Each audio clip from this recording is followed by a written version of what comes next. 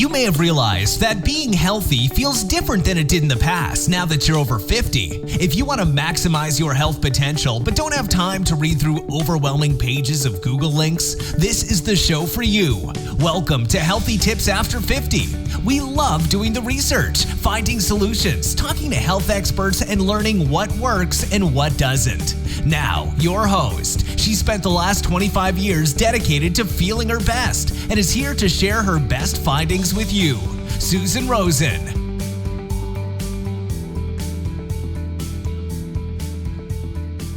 Hello, everyone. It's your host, Susan Rosen.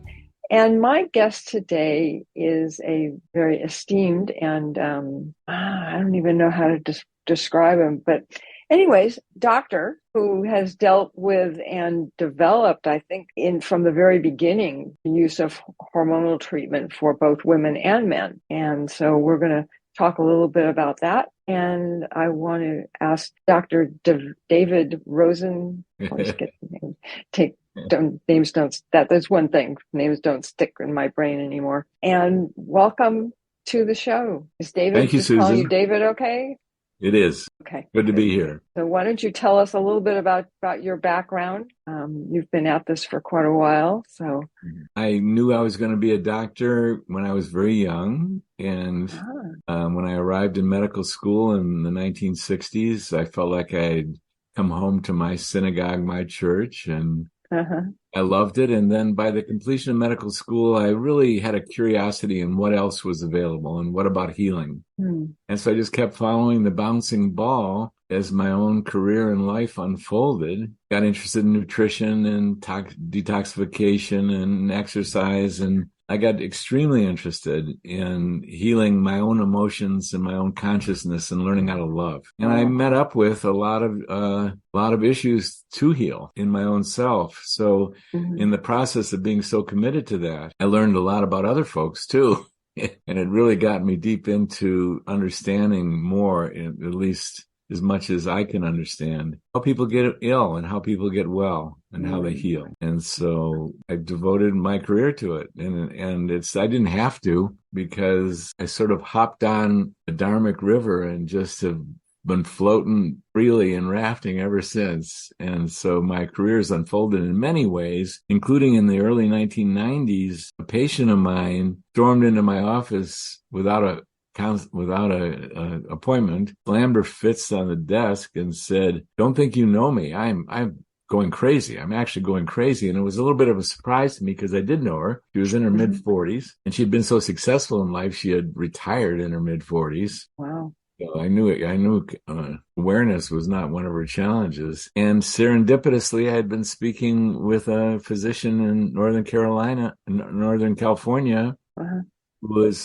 talking about progesterone, and I prescribed some progesterone to her. And 3 weeks later, I got a letter from Deborah saying, "Oh my God, I can't believe this stuff. I'm totally myself again. Thank you so much." And that was very dramatic, because in medicine, by the time someone wants to consult with a physician, there's usually a lot of water under the bridge, in the sense that there's the illnesses and the lack of health have gotten more deeply ingrained, and it's a slow moving train to help people emerge from some of the diagnoses and health issues that they have. But this was not the case. But again, I wasn't guiding my career. She referred me to a couple of women, and it was right up my where I love to function in medicine. I really love biochemistry. I really love hormonology and these equations. And before I knew it, I was seeing a lot of women in menopause. And I was, again, enchanted with how much powerful results could take place. And the demographic that I was working with was basically empowered, healthy women, midlife. So there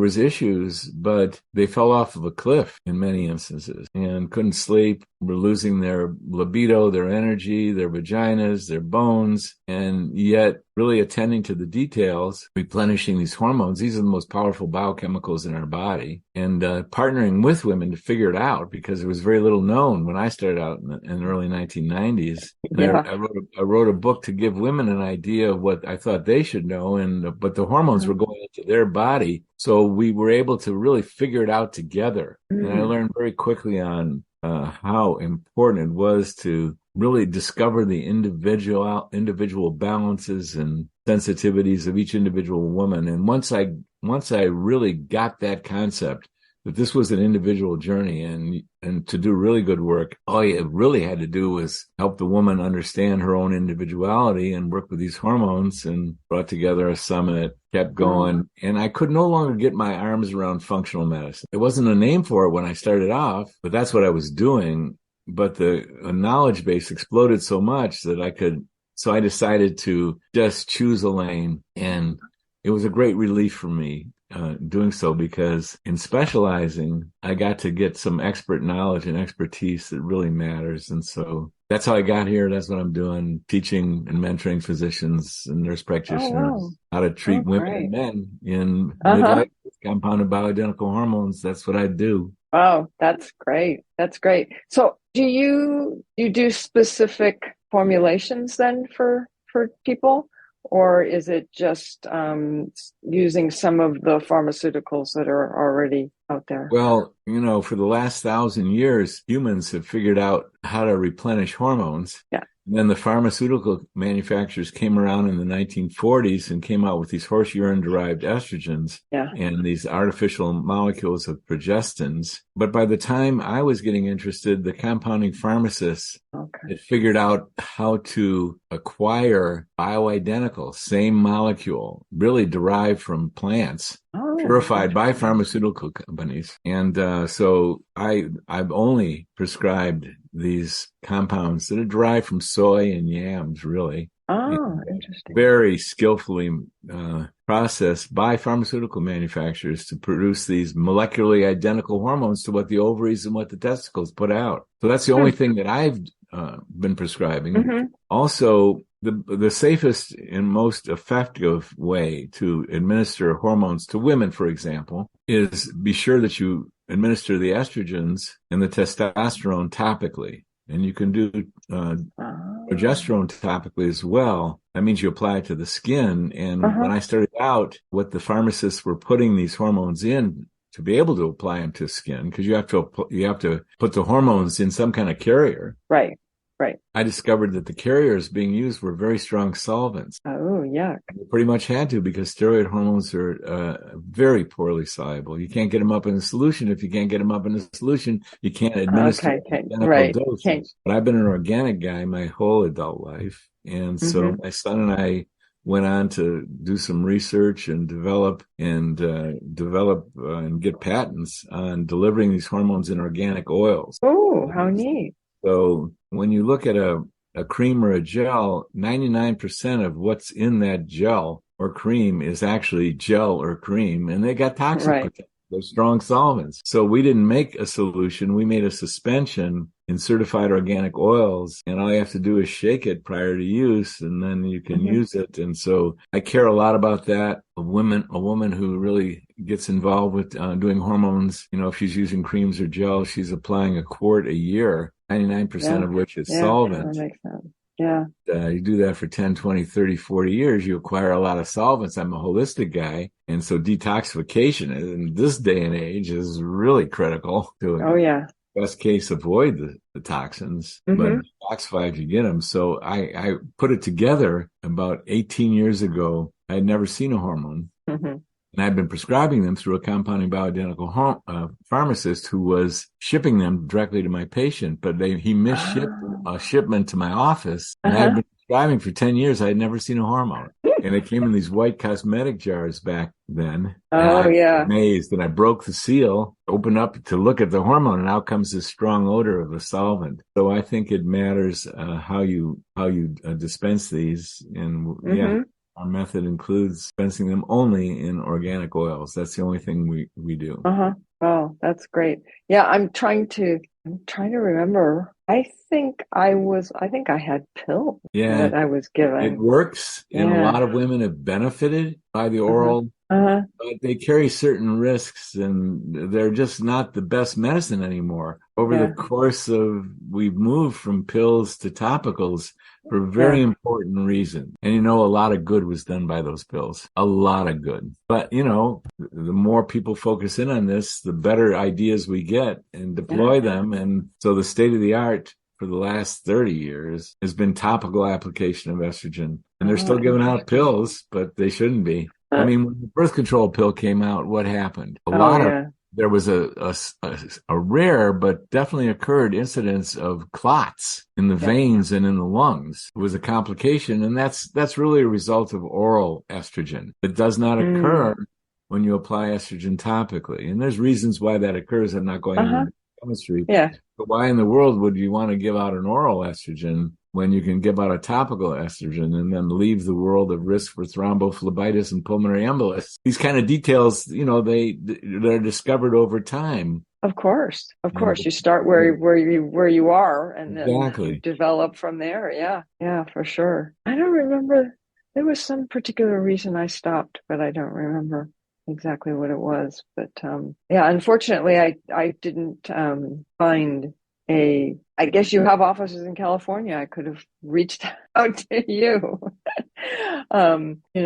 We train physicians and nurse practitioners all over the United States, and we've got people in California we've trained. Oh, okay. Well, I'll have to maybe get a couple names from you before we get off Zoom. Yeah, that could be interesting. But so what are there particular ages, and do things work differently as men and women get older? A woman's hormones, the peak output is at the age 20 plus or minus a couple of years. And then a woman's hormones decline. They never stop declining. And there's consequences at every decline. Ideally, with anything medical or automotive or anything, catch it early and you get more leverage. It's easier to deal with. But I recommend that whenever a woman gets the desire, that's the time. And my mother wouldn't let me get near her with anything medical. But when she started having cognitive challenges in her 80s, and she finally let me work with her, and my mother-in-law too. So at any age you get the desire, go for it with everything in you. It's the most important thing that you can do. It's the most powerful thing. And a lot of women and men are in assisted living facilities and nursing homes. And a lot of people have cognitive decline, and it's totally related to the hormones. There's other causes of cognitive decline. Okay. Right. The most common cause that's so prevalent among women, it's one of the most common things I hear, is not thinking as clearly, not remembering as well. But the loss of the muscles and the loss of the bones, is the loss of the bladder and the vagina, is what gets men and women into nursing homes and assisted living facilities. So whenever you can get it together anywhere along the line, it's a great time to do it. Yeah. That's called the great time. When the woman goes, I think I want to check this out. That's the best time. Well, I'll have to think about that. Maybe check that out again. Come around full circle again. I understand you've written a few books as well about this subject. Yes. And in fact, haven't you made arrangements with Karina that you can offer that book on your website, the PDF version, for no charge? If you contact Karina, your audience could get access to a full PDF copy of Happy Healthy Hormones, which is really the roadmap for women. It's what I wrote it for women, and I wrote it because I think it's helpful for women to have some knowledge and be part of the process. Yeah. It's not necessary if you find someone who's really skilled. If you find a physician or a nurse practitioner who really knows this stuff, you don't have to know anything other than how to find them. Right. But if you don't, it's good to know some stuff. In fact, that's the main job that women and men have. When this starts becoming a subject of interest, your main job is not to go to medical school or not to have to learn everything about this. Too late for that. Yeah. Your main job is to go shopping and find a licensed healthcare provider that you trust that's taken a special interest in hormones and has gotten special advanced training in it. In best case, they're even specializing in it. And they're using compound bioidentical hormones. That's the job. You go shopping. So you start talking to your friends, you go online, and you keep going until you found the person for you, where you go, gosh, this person does care about hormones. They do have training. I like them. I can talk to them. That's the job. And it's easier these days because for men and women, there is no need to see anyone in person as far as the medicine goes. Telemedicine works. So you're in California. So all you have to do is find a healthcare provider who is in California, that's licensed in California. That's your only job, because you can do everything by telemedicine, just like you and I are talking right now. Right. There is a requirement that Okay. you got to go visit them in person once a year because of testosterone, and it's a controlled substance. So Oh. officially, you have to Hmm. show up in their office once a year because the federal government doesn't want people dispensing to just over the internet there. Ah, okay. So but all you have to do is see them once a year. Wow. Do the rest by Okay. telemedicine. But go shopping and go to your Uh-huh. local compounding pharmacy. There's 8,500 of them in the United States. Right. They're the ones who are receiving the prescriptions from those who are prescribing compounded bioidenticals. You definitely Okay. want those. And if you show up in person, that's going to give you a better shot. And you talk to the chief pharmacist and you say, Uh-huh. I really hormones. Who's writing you prescriptions that you really like, that you think Ah, really knows their stuff? They yeah. will know. Okay. They'll know Uh-huh. who's doing good work and who's doing not Okay. such out. Well, that's very good advice. Interesting. Okay. Well, I'll have to look into that. And because as you say, the whole field is a lot different now than when I was taking hormones, because it was back in the 1990s, I think, early 2000s. Okay. And same for men, huh? I don't know if I could get my husband There's mistakes being made with to do men. that, but To me, men's medicine isn't quite as advanced as women's medicine is, okay. as far as it being generally practiced out there, because men are often going with injections or even pellets. This is not ideal. Done a lot of good.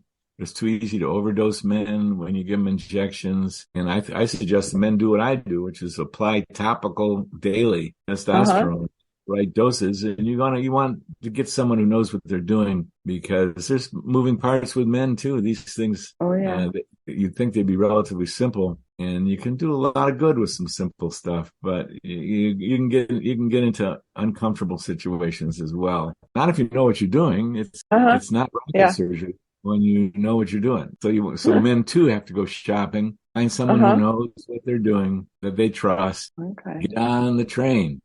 So it sounds like there's no age limit on this, actually, right? I mean, Well, there's special precautions that a really knowledgeable provider would do. okay. If, for example, a woman hasn't had hormones for 10 years, there's special steps to take prior to just giving them hormones. So it is different. You have a young woman in her 30s or 40s who's getting into a hormonal imbalance in the perimenopause, and you can just proceed and start treating. You have a woman whose body, who hasn't had a period for 10 years or even 5 years in some cases. There's special precautions to take, but they're not that big of a hurdles, and we do it all the time. So okay. I started treating my mother, like I say, when she was 86. Yeah. You got me thinking about my mother. I wonder if hormones if they had been around at that time. I don't know if she ever got hormones. They used to give her all they used to keep telling her she was like manic depressive or something, and give her all these things and she'd get worse.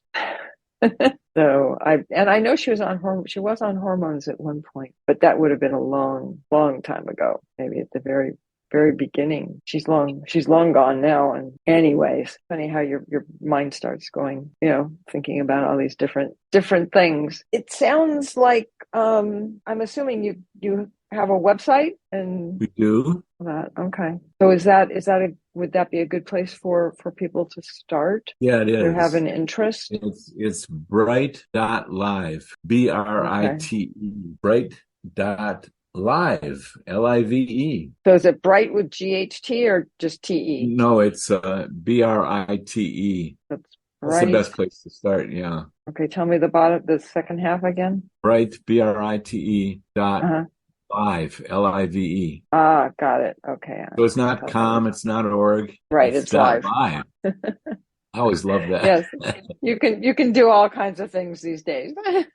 Not like it used to be. Okay. Well, I'll for sure put that in there it is. It's even in the notes that you guys sent me. How silly of me. I guess I could have. And there's another, are you still iwonderdoctor.com? Yes, that site is still alive, and there's a lot of good information for people who are interested in their health. And there's even a segment on menopause in there. Okay. And iwonderdoctor.com. Yep. I see that on here too. Great. I will definitely put that put especially the Bright Live one in the show notes, and people can find it there. And I don't know, it seems like a very short podcast. Is there anything else I should be asking you about? What's made women reluctant about taking hormones is a false interpretation of a medical study in 2002 scared women and healthcare providers tremendously about taking hormones. And so we proactively, in the method that we use, whether a woman asks us about it or not, we address the subject of risk. And again, in your show notes, you could include a link for people to obtain a free copy of our free PDF copy of our book called Happy Healthy Hormones. And Karina can help you with that if you have any challenges with that. Okay. And in chapter 3, I cover the subject of risk, because my experience is that for all 30 years that I've been doing just treating women, every woman has had a concern in the back of her mind that if she takes these hormones, she's going to get in trouble. That's the opposite of what's true. And I would like maybe to take this opportunity to tell you what the science is. Okay, that'd be great. What the medical story is. Well, for one thing, we're human beings. We're at risk for thousands of diagnoses, and some of them are a lot harder to deal with than others. Yeah. And just in the whole subject of cancer, we're human beings, we're at risk for hundreds of different cancers. And as a man, I have increased relative risk of developing prostate cancer. And there's very specific reasons for that. And women have an increased risk of developing breast cancer, which is a lot more prevalent these days than it used to be. And there's very specific reasons for that. However, here's the science. Women who are treated with hormones are at less for developing breast cancer, heart attack, and stroke than women who are not being treated with hormones. Oh, interesting. That's the science. That's very contrary to public opinion. It was fueled by false reporting of a faulty study that was later retracted by the original study committee, published 18 years later, that, oops, there was no increased risk. They retracted what they originally said, but hardly anyone's heard of that. Everyone heard of the great. And so I wanted to repeat the science to your audience. But the science is we're all at risk for all kinds of stuff. But women who are treated with hormones are at less risk for breast cancer, heart attack, and stroke than women who go untreated. Wow. Men who are treated with testosterone are at less risk for prostate cancer than men who are not treated. Interesting. That's the science. Wow. Illnesses have causes. There's a tremendous number of causes, and you have a major interest in nutrition, if I'm correct. Isn't that so? Yes. Every single illness relates down to causes of faulty nutrition, toxic exposure, faulty exercise, too much or too little, and a dysfunctional response to the stress of life. All illness comes down to that. So we can get ill. And we can make a lot of mistakes around what we eat and how we exercise or not. And we pay a price for that. But the science is men and women who are treated with hormones are less risk for some pretty big stuff. Yeah, it sounds like it. Attack and stroke. And men and women who are not treated with hormones. Okay. Less risk. Isn't there actually didn't I just see a study somewhere having to do specifically with that with women, of how the heart attack and stroke and breast cancer, looking at that with the risk? I could have sworn I just read one. They're starting to into public awareness because it's coming slowly. The studies that show that, women who are treated with hormones are at less risk for breast cancer, heart attack, and stroke than women who are untreated. But you are seeing little glimmers, and there are physicians out there speaking up about this, trying to antidote a false report that scared millions of women off of hormones. That I remember whether. I don't think that was the reason I stopped. I don't remember why I stopped. My memory doesn't function quite as well as it used to. That's interesting. It sounds like looking into the hormones is actually a good thing, older men and women. Yeah. Well, they're the most powerful biochemicals that are floating around in our body. They have a profound effect. And when we lose them, we pay profound prices. And sometimes the symptoms that arise are immediate and extremely life disruptive. Interfere with sleep, interfere with mood, interfere with thinking, remembering. But a certain percentage of men and women don't get those immediate, but everyone gets the loss of bones, loss of muscles, loss of arterial protection. And that's why when you really look at the numbers of assisted living facilities and nursing homes, that's the main reason why they're there. It's the loss of the hormones. Okay. Yeah. Mostly because they've fallen or something broke and then they fall. Or they lose bladder control. Yeah. Or they can't think clearly. The family can't take care of them any longer. So that's the principal reason why God bless the assisted living facilities and nursing homes and all the great work that these heroines do every day to take care of the elderly. But, the elderly, for the most part, somewhere along the line, would rather stay at home because their life means as much to them in their 90s as it does to us or anybody. But they're not able to because there comes that transition from walker to wheelchair where you just can't do it anymore. And most of that is caused by loss of hormones. When a woman loses her testosterone, when a man loses his testosterone, gradually over time, they lose their muscles. So their lower extremities get very thin and they can't walk with stability. And that's why canes were invented and walkers. And why most people are in wheelchairs when they're elderly is because of the loss of the muscles. No, that makes perfect sense. Even losses can be reversed with proper treatment with bioidentical hormones. So is that also apply older people who, start hearing voices and that kind of thing too? We're complex. And when you mention start hearing voices, you're talking about some rather dramatic disturbances in the brain. And those dramatic disturbances can have a lot of different things that are playing in there. Not just the most common brain thing is loss of the ability to think clearly and to remember and to function at the rate that brains are used to thinking and talking. That's really common. A lot of that is not all of it. And then, there's dementias, there's Alzheimer's. Right. These are the more severe cases. But when you're talking about hearing voices, there could be other components in there that, best case, you find a professional who really knows how to handle someone hearing voices is not mild. And you want the best in the business to help you out with that. Yeah. No, I agree. Yeah. Well, we won't go there. Okay. I was just curious. It's not that I'm hearing voices. I had to deal with that with my mother. So not pleasant. Anyways, well, on that happy note, we should probably wrap up. I know you have things to do and places to go. And so, I want to thank you very much for coming on.